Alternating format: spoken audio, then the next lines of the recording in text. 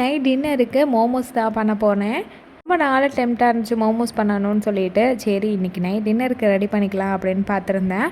மோமோஸ் மைதா மாவுலே பண்ணியிருக்கேன், கோதுமை மாவுலே பண்ணியிருக்கேன், ராகியில் பண்ணதில்லை. ஸோ இந்த டைம் ராகி மோமோஸ் தான் பண்ண போகிறேன். ராகி மோமோஸ்க்கு 1 கப் அளவு ராகி, 1 கப் அளவுக்கு கோதுமை மாவு சேர்த்து தேவையான அளவு உப்பு போட்டு நல்லா மாவை பிணைஞ்சு வச்சுட்டேன். ஒரு 1 ஹவருக்கு நல்லா ஊறட்டும், சாஃப்டாக மட்டும் மாவு பிணைஞ்சு வச்சா போதும்.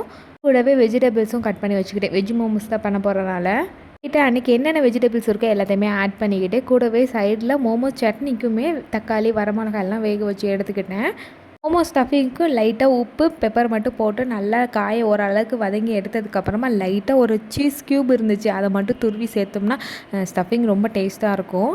ஸ்டஃபிங்கையுமே ரெடி பண்ணி வச்சுட்டு நான் மோமோஸ் பண்ணுறதுக்கு மாவை ரெடி பண்ண ஆரம்பிச்சிட்டேன். சப்பாத்தி கட்டையில் மாவை தேய்ச்சிட்டு குட்டியாக இருக்கிற மூடியை வச்சு இந்த மாதிரி கட் பண்ணி உள்ளே ஸ்டஃபிங் வச்சு நமக்கு பிடிச்ச ஷேப்பில் மடித்து வச்சுக்கலாம். ஃபஸ்ட்டு ஷிஃப்ட்டு மட்டும் இப்படி பண்ணிகிட்டு இருந்தேன். எனக்கு ரொம்ப டைம் எடுத்த மாதிரி இருந்துச்சு. அதுக்கப்புறம் என் கைக்கு வந்த மாதிரி மாவு எடுத்து தேய்ச்சி உருட்டி இட்லி பானையில் வச்சு ஒரு 10 நிமிஷத்துக்கு வேக வச்சு எடுத்துக்கிட்டேன். வேக வச்சுருந்த தக்காளி, வரமிளகாயெல்லாம் சட்னிக்கு ரெடி ஆயிருந்துச்சு. அதை மிக்ஸி ஜாரில் சேர்த்து அரைச்சிட்டு இது கூடவே தேவையான அளவுக்கு உப்பு, கொஞ்சமாக சர்க்கரை, லெமன் ஜூஸ் சேர்த்து எடுத்தோம்னா சூப்பரான மோமோஸ் சட்னியும் ரெடி ஆயிரும். சைட்லேயே மோமோஸும் நல்லா வெந்து வந்துருச்சு. டின்னரை ஃபேமிலியோடு உட்காந்து நல்ல ஹெல்த்தியான மோமோஸ் சாப்பிட்டோம். டேஸ்ட்டுமே ரொம்ப நல்லா இருந்தது.